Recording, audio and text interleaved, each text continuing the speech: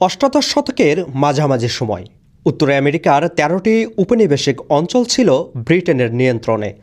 এসব অঞ্চল থেকে ব্রিটিশ সরকার বিপুল পরিমাণে রাজস্ব আদায় করত।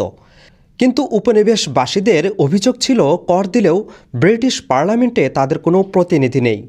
জন্ম নেয় একটি slogan, no taxation without representation. ১৭৭৩ সালে ব্রিটিশ সরকারের চা আইনের প্রতিবাদে বোস্টন বন্দরে জাহাজ থেকে শত শত চায়ের বাক্স সমুদ্রে ফেলে দেন আন্দোলনকারীরা।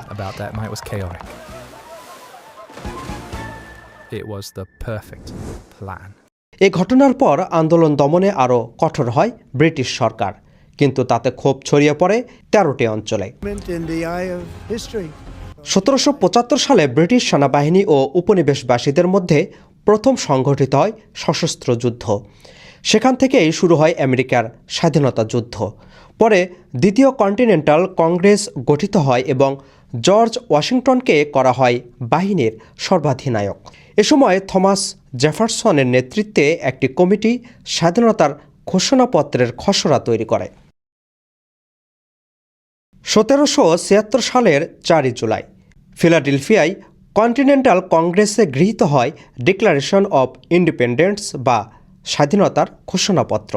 এতে ঘোষণা করা হয় ১৩টি উপনিবেশ আর ব্রিটিশ শাসনের অধীনে নয়, তারা স্বাধীন ও সার্বভৌম রাষ্ট্র।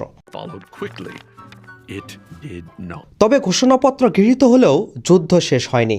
পরবর্তী কয়েক বছর ব্রিটিশ বাহিনীর বিরুদ্ধে লড়াই চালিয়ে যায় কন্টিনেন্টাল আর্মি। ১৭৭৭ সালে যুক্তরাষ্ট্রের পক্ষে যোগ দেয় ফ্রান্স, স্পেন ও নেদারল্যান্ড।